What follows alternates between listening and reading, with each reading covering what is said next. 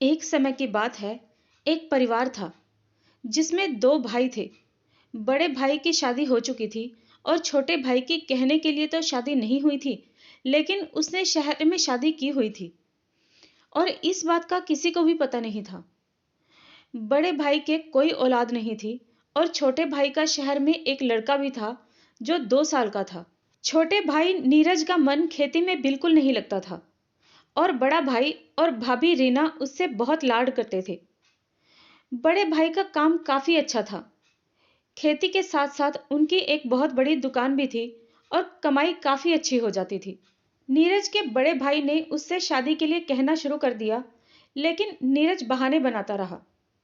कुछ महीनों बाद बड़े भाई की तबीयत बिगड़ने लगी और दिन पर दिन बिगड़ती ही जा रही थी।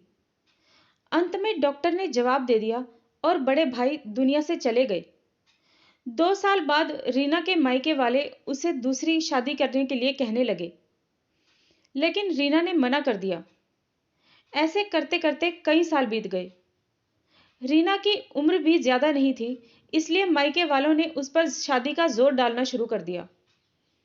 इस बार रीना ने हाँ कर दी, लेकिन उसका देवर नीरज इस बात से खुश नहीं था और कहने लगा, भाभी तुम चिंता मत करो, भैया आ जाएंगे। 10 साल तो वैसे भी बीत ही गए और छोटे भाई नीरज की बात सच हो गई। एक 10 साल से 12 साल का लड़का घूमता हुआ गांव में आया और बड़े भाई की जो दुकान थी वहां पर जाकर बैठ गया और ऑर्डर देने लगा, रामू काका मेरी चाय लाओ। रामू काका ने कहा, बेटा तुम्हारी चाय? मैं समझा नहीं।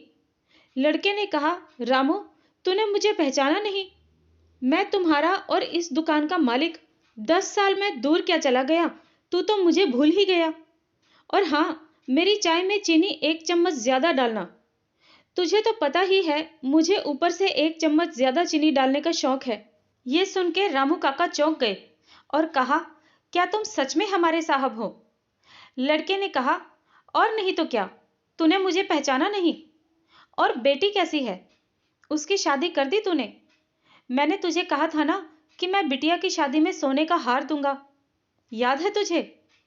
रामू काका की आंखों में खुशी के आंसू आ गए और कहने लगे, तुम ही मेरे साहब हो, और उन्हें गले लगा लिया। रामू शोर मचाता हुआ लड़के को घर ले गया जहां रीना उदास बैठी थी। तभी रामू और लड़का वहां पहुंचे और लड़के ने रीना को कहा, मैं आ गया। रीना को आश्चर्य हुआ और पूछा, तुम कौन हो? लड़के ने कहा, रीना तूने भी मुझे रामू की तरह नहीं पहचाना? मुझे भूख लगी है, पहले मेरे लिए 2 रोटियां और मट्ठा ले आ। और हाँ, मट्ठा लोटे में ही लेके आना। रीना को समझ नहीं आ रहा था कि ये तो उसके पति की तरह ही बात कर रहा था और बिल्कुल वैसे ही रोटियां और मट्ठा मांग रहा था जैसे उसका पति मांगता था, लेकिन वो विश्वास नहीं कर पा रही थी। रीना के देवर ने लड़के से कुछ सवाल पूछे और उसने हर बात का सही जवाब दिया। एक बार के लिए तो रीना को भी लगा कि लड़का उसी का पति है जिसने पुनर्जन्म लिया है और वो मेरे पास वापस आ गया है। लेकिन अचंभे की बात यह थी कि लड़के को ढूंढने कोई नहीं आया था। लेकिन इस बात पर ज्यादा किसी ने सोचा भी नहीं और ना ही कोई चर्चा की। लड़का रीना के साथ रहने लगा और रोज अपने खेत और दुकान जाने लगा। नीरज ने भी उस लड़के को अपना बड़ा भाई मान लिया। रीना ने दूसरी शादी करने के लिए मना कर दिया, जिससे नीरज को बहुत खुशी हुई।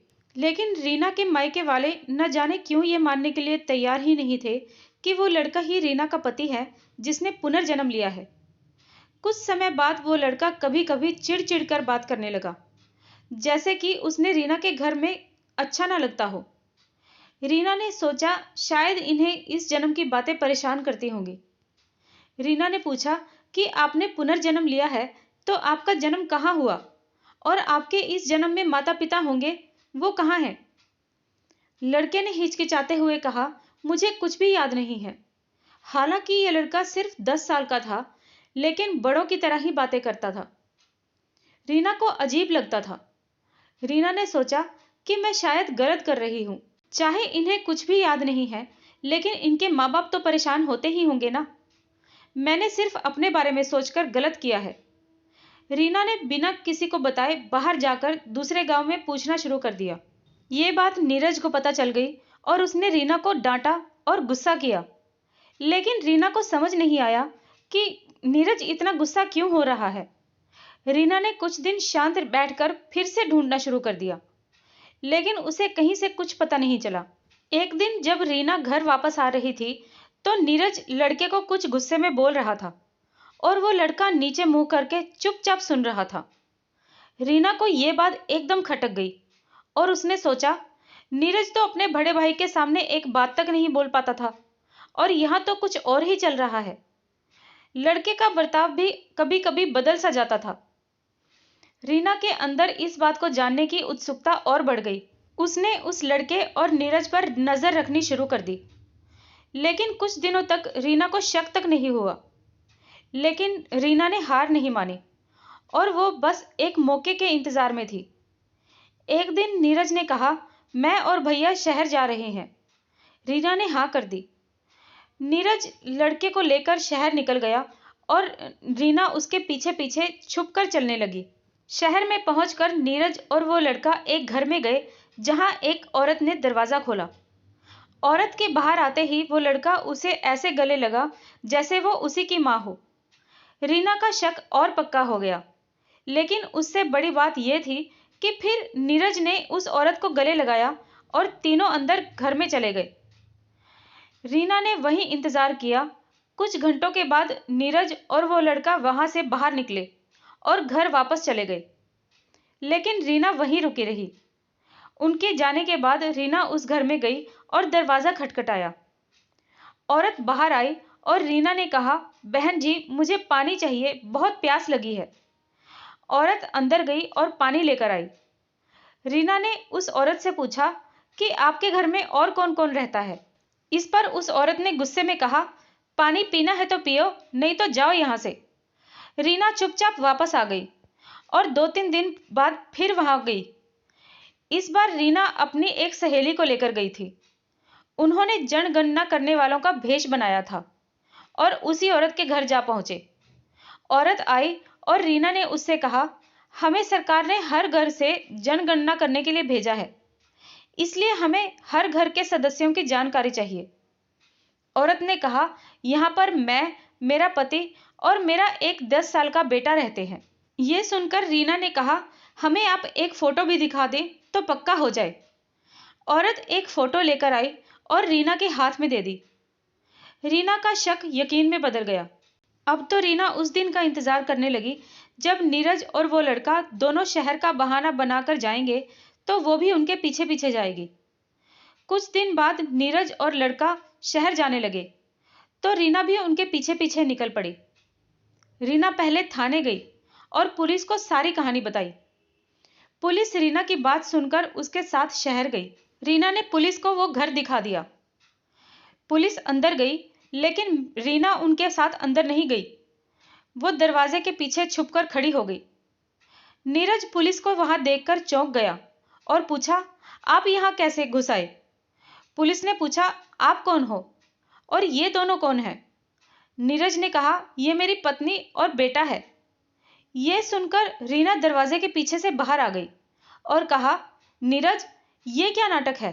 जब रीना ने लड़के को कहा कि मैंने तुमसे पूछा था कि तुम्हारे माँ बाप कौन है, तब तुमने मुझे ये कहा था कि मुझे कुछ याद नहीं है। लड़के को पुलिस ने थोड़ा डांटा तो वो डर के मारे बोलने लगा कि मुझे मेरे पापा ने ये सब कुछ करने के लिए कहा था। वो मुझे रोज बताते थे कि मुझे क्या करना है। पुलिस ने नीरज को धोखाधड़ी के केस में पकड़ लिया और पूछताछ की। कड़ी पूछताछ के बाद नीरज ने बताया कि जब रीना की दूसरी शादी होने वाली थी तो मुझे लगा कि सारे खेतों, घर और दुकान का बंटवारा हो जाएगा। भैया के मरने के बाद मुझे लगा ये सब मेरा ही है, क्योंकि रीना का ना तो पति है और ना ही कोई औलाद। तो लालच में मैंने ये तरकीब लगाई और अपने बेटे को तैयार किया। ये सब कुछ सुनकर रीना बहुत बुरी तरह रोने लगी और कहने लगी, तुमने मेरे मरे हुए पति का मजाक बनाकर रख दिया। रीना ने नीरज को खूब कोसा और वहां से चली गई। दोस्तों, आज की ये कहानी आपको कैसी लगी मुझे कमेंट बॉक्स में ज़रूर बताएं। मेरे इस चैनल को सब्सक्राइब करें, इस वीडियो को लाइक करें और अपने फ्रेंड्स और फैमिली के साथ इस वीडियो को शेयर भी करें। तो फिर मिलते हैं किसी और कहानी के साथ इसी चैनल पर। तब तक के लिए धन्यवाद।